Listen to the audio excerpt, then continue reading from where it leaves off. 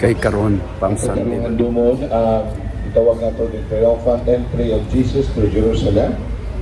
Dala ang ato mga lukay. Ang kini sa ato ang patamod. Ato karungan dumon, itawag nato the triumphant entry of Jesus to Jerusalem. Dala ang ato mga lukay. Salamat sa timaan kini sa ato ang patamod. Isip ang hari sa Jerusalem. Ano nga itong mapabilitahan ang mga lokay? Ha? Nyo ba nang ipapilit sa inyo ang pultahan? Itamtak nga ninyo sa pultahan. Anong inyo man nang itamtak sa inyong pultahan? Aron di kasod ang daot ng espiritu. Nagnana sa suod, di nakagawas. Tu ara. Amo na, masasaglat tuo-tuo. Pagutang na to sa krus, sa mga lukay nga doon ay gihimong krus, atong gitimaan nga atong gidawat si Kristo gipadayon sa ato ang mga panimalay. Ang hari sa Jerusalem. Ayaw pilian ng mga tuo-tuo. Kaya ang upa na ba, hasta ang kasilyas, butangan sa lukay. Na mo gunay naigbaho nga espiritu diha sulod. Unya inigbindita dili uyog-uyog ha, kimaro ba na naandan? Anong uyugon mo na ni? Ari pa doon nga mong abog diri sa mo atong pingots ilong. Gunitin na ayaw lihok ka. O ganahan mong mulihok-lihok ang inyong hawak mayuhan. Hawak ko ang lukay. So dili na to saglan o pagtuo-tuo atong buhion, ligonon. Sa ngalang sumahan sa anak o sa Espiritu Santo. Amen. Ang grasya sa atong Ginoong Jesucristo o ang gugma sa Dios o ang panagiusa sa Espiritu Santo manaakan ninyo. Manausab kanimo. Maigsuon ko ni Kristo sulod sa 5 ka semana nangandam kita. Pinagi sa mga buhat sa kaluoy o pagpiniting siya. Alang sa pagsaulog sa misteryo sa Pasko sa pagkabanhaw sa atong Ginoo. Karon nagatigom kita aron pagsugod ning solemne nga pagsaulog. Duyog sa tibok simbahan nga nalukop sa kalibutan. Si Kristo misulod nga madaugon sa iyang kaugalingong syudad aron pagtigbawa siyang buhat sa pagpanubos na kining buhata mao ang pagpasakit, pagpakamatay ug pagkaban. Hinumduman nato ang iyang buhat sa pagpanubos ug sundo nato siya sa buhing pagtuo. Makighiusa kita kaniya diha sa iyang mga pag-antos sa krus, makalaong kita nga makaambit usab sa iyang pagkabanhaw. Magampo kita, o Diyos nga makagagahom na nga muyo kami kanimo. Bendisyon ni kining mga lukay ug palma, ug himuha nga balaan. Karong adlaw nagsanyo kami nga malipayon kang Hesus nga mong manunubos og hari. Magsunod unta kami kaniya pag-ayo aron usa ka adlaw niya na budangat kami sa kalipay sa bag-o ug tunhay nga Jerusalem. Kini among gipangayo pinagi ni Kristo among Ginoo. Amen.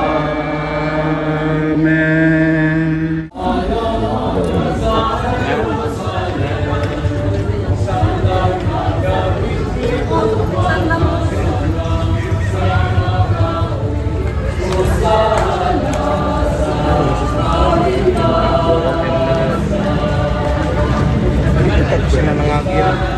Dito na nangagir.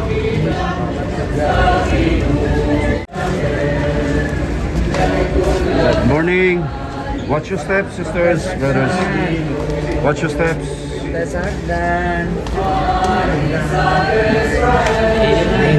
Watch your steps, guys. Watch your steps. Good morning, everyone. Blessed Sunday, Palm Sunday. Watch your steps. Santay sagdan. Hindi mawala yan dito ang pagbablog mga kapatid. Watch your steps.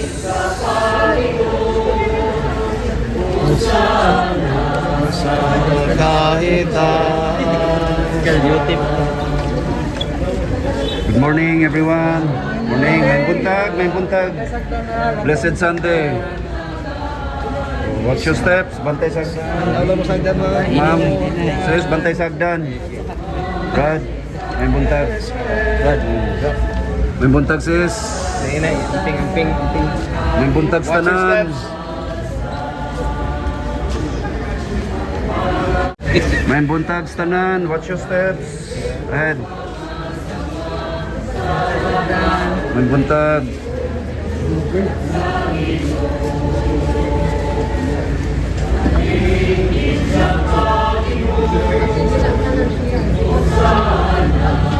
Pasagdan. Pasagdan.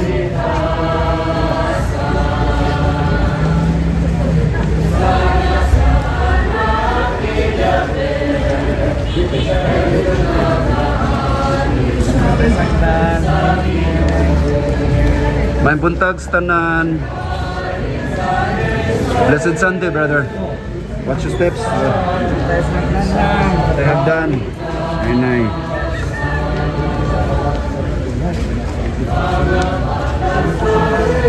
Buntag, brad. Watch your steps. Buntag, sis, brothers. May buntag sa tanan. Morning, good morning. Ni aman sa diri ang akong loving wife. Ikaw ulit. Ikaw naman. Ah, Brad. May buntag. Brad, may buntag. Sister, may buntag. Watch your steps. Bata nito? Bless. Good boy. Bless.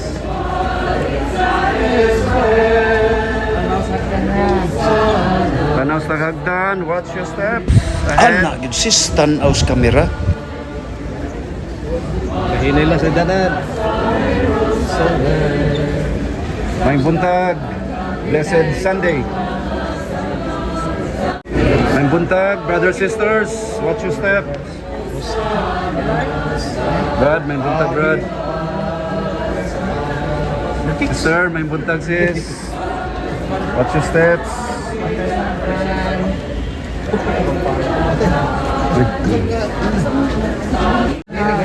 May buntag, brothers, sisters.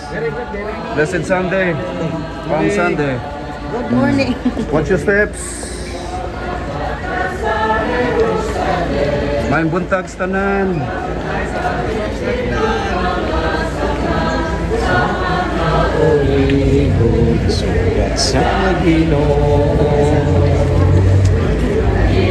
Bantay sa hagdan.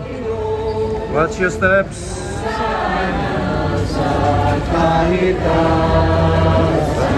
May buntag, Brad. Sister, may buntag. Sis, brother. May buntag sa tanan. Morning, good morning, Brad. Watch your steps. Brad. Brad. Ano na mo, bro? Bang. Mayong buntag sa tanan. May buntag, sis. Morning. Blessed Sunday, everyone. Ang Santos ng Ebanghelyo sumala ni San Mateo. Sa doon na sila sa Jerusalem ug miabot na sa Betfage sa bungtod sa mga olibo. Ipauna ni Jesus ang duha sa iyang mga tinunan ug giingnan niya sila. Pangadto kamo sa balangay nga naa sa unahan ug makaplagan ninyo ang usa ka asno nga gihigot uban sa nati. Uban ang nati niini. Barbari sila og gadangan nga kanako. Ug kung may mabadlong nga ninyo ina siya nga nagkinahanglan niini ang Ginoo. Ug ipadala dayon niya ang asno ug ang nati. Kini nahitabo ro matuman ang gingon sa propeta. Iti ang siyudad sa Sion. Karon moani kanimo ang imong hari. Malumo siya og makabayo og asno ug sa nati niini. Busa miuna paglakaw ang mga tinun-an ug gituman nila ang gisugo ni Jesus. Ilang gidala ang asno ug ang nati ug gihapinan nila og sa ilang mga piste ug mikabayo si Jesus. Usa kada kong panon sa mga tao, bibakbak sa ilang sapot dito sa dalan. Samtang uban na motol og mga sanang sa kahoy ug ikatag nila sa agianan. Ang manang magsunod kaniya ng ninggit. Dalaygon ang kaliwat ni David. Bulaan siya, miyanin sa ngalan sa Ginoo. Dalaygon ang Dios. Sa pagsunod ni Jesus sa Jerusalem, naukay ang gibok syudad. Nangutana ang mga tao, kinsaman kini siya. Sila mitubag si Jesus, ang propeta na taga Nazareth. Ang Ebanghelyo sa Ginoo.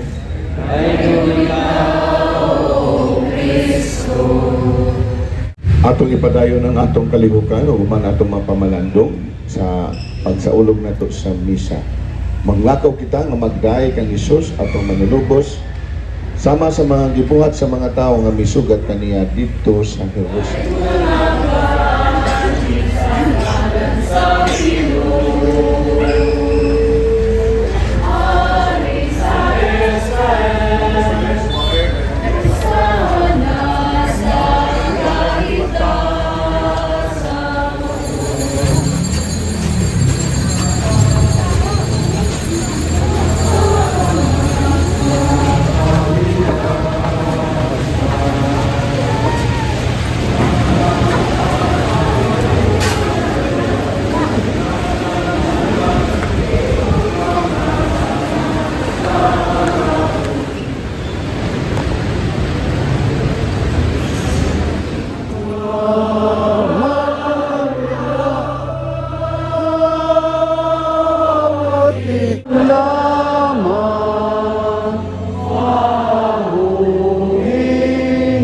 sa imong mga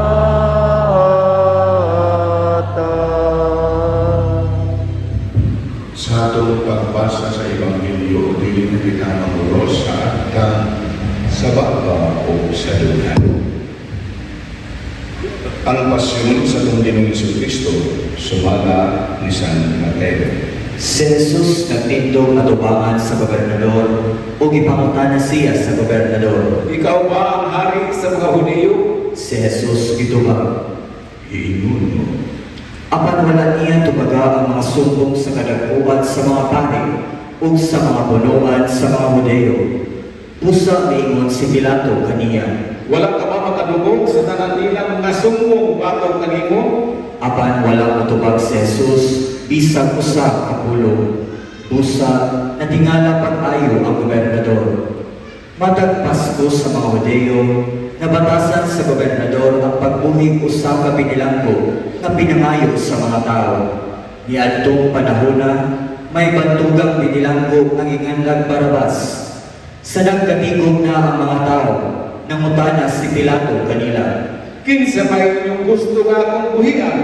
Si Barabas ba o si Jesus nagikanlag Mesiyas? Kay nasayon siya pag-ayo nga ilang itugyan si Jesus kaniya tungod sa kasina. Samtang naglingkod si Pilato dito sa lawang hukmanan, nagpadala kaniya mensahe ang iyang asawa nga nag-ingon. Ayaw pagilabdi ka ng tawhana nga walay sala, kay gabii pinaagi sa damgo, nasamang ako pag-ayo tungod kaniya. Ang mga tao gidani sa kadagbuan sa mga pari o sa mga punuan sa mga Hudiyo sa pagpangayo kang Pilato nga buhian niya si Barabas o ipapatay si Jesus. Apan nangutana ang gobernador kanila. Kinsa man inyong duha ang inyong gusto nga akong buhian? Sila mitubag. Si Barabas! Si Pilato nangutana kanila. Naan, unsa may akong buhaton kang Jesus nagikanlag Mesiyas? Silang tanan nanubag. Ilansa siya sa krus. Apan si Pilato nangutana. Unsa may iyang sala? Unya sa makusog nga tingog naninggit sila. Ilansa siya sa krus. Sa pagkakita ni Pilato nga wala siya mahimo, ug hayan kay tabo ang kabubot, mikuha siya tubig, ug nanghunaw atubangan sa mga tao ug miingon. Wala ko'y labot sa kapatayo nining tawhana. Inyo kining gusto. Unya ang tanang mga tao nanubag kaniya. Kami ang amang mga anak mo'y nag-uwi sa silot sa pagkatayan kaniya. Unya ibuhian ni Pilato si Barabas, ug si Jesus ipalakos niya ug gitugyan aron ilansang sa krus. Unya idala si Jesus sa mga sundalo ngadto sa palasyo ni Pilato nga gobernador. Ug didto gialirungan siya sa mga sundalo. Gihubuan nila siya siyang piste ug gisuluban sa bistig dagtong pula. Ug naghimo sila korona gikan sa mga sangang tulugod. Ug ipahawag nila kini sa iyang ulo ug ipapinpin nila siya bugang sa iyang tuong kamot. Unya nanluhod sila sa iyang atubangan ug gibugal-bugalan siya. Miingon sila. Mabuhay ang hari sa mga Hudiyo. Unya ilundan nila siya ug gikuha nila ang bugang ug gibunal sa iyang ulo. Human nila siya bugal-bugali. Siya ilang hiukasan sa iyang bistig dagtong pula o gisuluban sa iyang kaugalingong bistig. ug unya gidala sa gawas aron ilansang sa krus. Sa ilang pagpabulag sa syudad, hisugatan nila usa ka tawo nga ginganlag Simon nga taga Cirene, ug gipugos nila siya sa pagpapasnan sa krus ni Jesus. Ug unya nahiabot sila sa usa ka dapit nga ginganlag Golgota, nga sa ato pa ang dapit sa Calavera. Didto ila siyang gitunulag pino nga sinagulag bakto aron iyang himnon. Apan tapos niya nilawig kini, wala siya mainom niini. Unya ilansang nila siya sa krus ug ibahin-bahin nila ang iyang sapot pinaaging ripa. Human ni ana, nanglingkod sila ug nagbantay kaniya. Ibabaw siyang ulo, ibutang nila ang karatula sa sumbong batok kaniya. Mao kini si Jesus, ang hari sa mga Hudeo. Unya tupad kang Jesus, gilansang nila sa mga krus ang duha ka tulisan, ang usa sa iyang tuo ug ang usa sa iyang wala. Ang mga tawo nga nanglabay, nagyaw-yaw silang ulo ug gibiyay-biyay nila si Jesus. Sila miingon, Ikaw ba atong uuba sa templo o punutukod din ipapasag sulod sa katulong kaadlaw? Kung ikaw ang anak sa Diyos, luwas sa ang imong kaugalingon, kanaog sa krus. gibugal-bugalan usab siya sa kadagbuhan sa mga pare ug sa mga magtutudlo sa balao ug sa mga punuan sa mga Hudeo. Sila miingon, Giluwas niya ang uban, apan dili siya makaluwas sa iyang kaugalingon. Dili ba siya ang hari sa Israel? Kung manaog siya karon sa krus, mutuo kita kaniya. Misalit siya sa Diyos kung mingon, nga siya ang anak sa Diyos. Amen. Tanawon ta, kurang Diyos luwas sa kaniya karon. bisan gani ang mga tulisan nga gilansang uban kaniya, bibiyay-biyay usab. Sa pagkaudto, nitakyop sa tibok yuta ang kangimit nga milungtad og 3 ka oras. Ug sa pagkaalas 3, mituwaw si Jesus. Eli, Eli, lema sabachthani. Nga sa ato pa, Diyos ko, nganong ibiyaan mo ako. Ang ubang mga tao nga nagbarog dito, nakadungog kaniya, ug miingon sila. Nagkaroon siya ng Elias. Diha-diha sa kanila, midagan o mikuwag espongha, nga iyang ihungod sa bartong pino, o gitakot sa tumoy sa usang kabugang, o gitunol ngadto kang Jesus, aron ipainom kaniya. Apan may miingon, Ayaw una, tanaw ka kung muanibas Elias ang pagluwas kaniya. unya si Jesus misinggit na usab o namatay.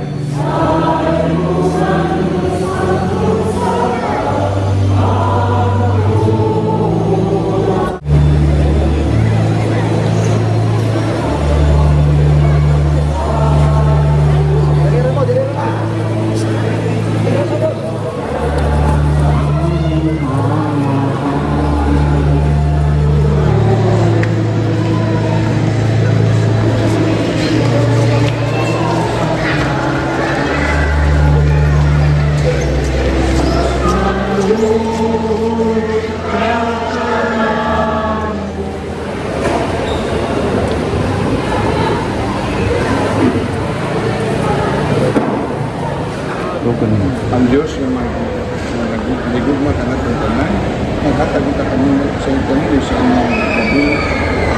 Pinuli nga mga panalangin, magpuno sa inyong mga kabuhi, kalipay, magiyaw ka sa kanino, iya sa inyong pagkalaktan, o magdala kanino nga nga sa inyong umayan. Niyo ang pulong ato sa Diyos, ngato sa mga banay, mga panumalay, o mga establishmento. Uban ang pagsaksi ni Imi sa inyong kinabuhi. Aron sila makakita kayo sa mga pulong ngayong gisangyaw, pinaagi sa inyong mga maayong panagpunan. Inatong among pangayot, ang mga ng Kristo ang Ginoo. Amen. Tantanan ang mahanamo. Naka sa mga langit, pagdaigo ni mong ngalan, tuman ang pagbuot din sa yuta.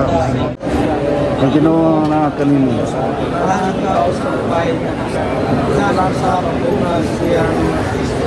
Santa Maria, inahan ka sa Dios, iyampo mo kaming makasasala, karon ug sa oras sa mong kamatayon. Amen. Tawag kini niya sa mundugwa ang panalangin kini sila nga among ipadala aron magdala og magsangyaw sa imong mga pulong ngadto sa katawhan. Kaluoy kami ug ang mga banay nga ilang mga higala nga ilang pagaduaon o pagabisitaan. Panalipis sila, batok sa sala og mga kadautan.